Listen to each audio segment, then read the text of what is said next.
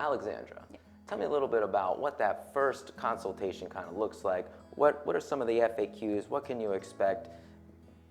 Paint me a picture. Sure, and we're gonna go a little before the initial visit I dig of it. how do they get here. Prenatal? Either prenatal or initially postpartum. So Okay. what we find is, you have a baby, you have an OB-GYN provider, and you have a pediatrician. Mm-hmm.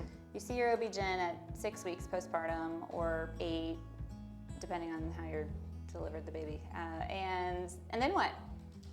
I don't know. You don't see them again. Yeah. Unless there's a problem, and then you see them. And they obviously give fantastic care, but the way that our system is built, we just don't see our OB providers after that. So And after you leave the hospital, then they're just like, Yeah. here you go, here's your baby. Right. Good luck with your family. Right. You've got the good playbook, luck with right? that. They showed us a video on not shaking your baby, and Yes. that was literally it. Yep. So we're sent out into the world. Yes. Then And then Alexandra reality Cox. hits. And so what I discovered going through my own postpartum periods and all my education and everything and all my friends having kids is there's a gap. We deliver the baby, we see our OB-GYN, get fantastic care, and then we don't really need to see them again unless something is wrong physically. And we see them for a year checkup. Mhm. So there's a long period of time between 6 weeks and a year. Pretty substantial. Yeah, and let's fill that gap, okay? So we want to be here at Aspira to help those mothers in between that period of time. So there's a pediatrician who gets to see the mom, maybe the dad, but often the mom during that year pretty frequently. So let's work with the pediatricians and talk to these moms. How are they feeling? If they're not feeling so great, then let's get them over to someone who can help. So what I actually do is on our website, on the Aspira page, there is a link there that says, I want a little more information. And what I do is I send a questionnaire to everybody who clicks on that. And anybody who decides they want to come in and see us in the Postpartum Wellness Program gets this questionnaire that I want them to fill out. I ask about their past medical history, because that's very important, their past pregnancy and delivery history, because that is important as well. Any history of anxiety and depression, very, very important. And then I go into, what are your goals for the session? And what are you wanting to get out of this experience? Are you needing help with breastfeeding or pumping or feeding the baby another way?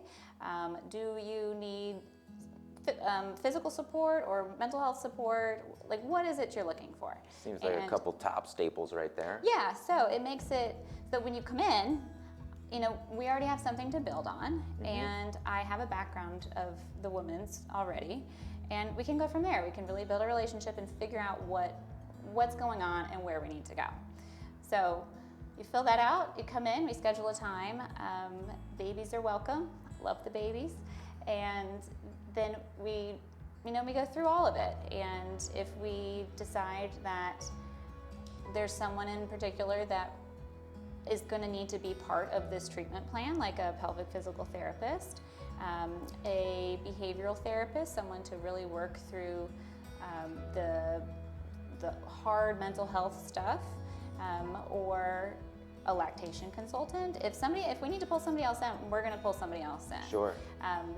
Or we're going to figure it out together. If it's something that we jointly decide that a little medication would help make you feel better, Sure. then let's do that.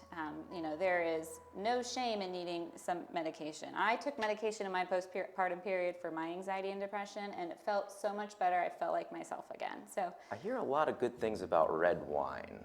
Oh, red wine. They say there's a lot of antioxidants in red wine. Antioxidants are very good. Yes. Obviously, a little asterisk, follow the FDA guidelines for that. Whoa, what are the FDA? Well, how much wine is too much wine? I mean, I think if you're stumbling down the street, we know that that's I feel like there's a pretty large gap of not enough wine and too much wine in there. So what's the sweet spot? I guess it's different for everybody, such as everything. Yeah, so it's different for everybody, as is everything. It's different, especially if you're breastfeeding or not breastfeeding. Right. If you're breastfeeding, some of that will get passed through the breast milk. So we do say to limit the amount of alcohol that you drink, and if you're going to feed the baby or pump the milk, within an hour right after drinking any alcohol, that the concentration of the alcohol in the milk is quite a bit higher than it will be after that, once your body starts metabolizing it a little bit better. So, you know, we always do say to be careful with drinking alcohol if you're breastfeeding. And the other little asterisk, of course, it also impairs your ability to make good decisions. So, you know, let's be careful with the alcohol, but it's okay to have some within, you know, guidelines from the FDA and the CDC and your postpartum health provider. All good guidelines. Yes. Well, Dr. Alexandra Cox, thank you so much. We're going to get a link to that survey, to that Yes, questionnaire, and we're going to get that out. If you want to schedule an initial consultation with Dr. Alexandra Cox, we're going to leave a link in the description, and we look forward to speaking with you. Thanks again for your time. Yeah, thank you. Have a great day.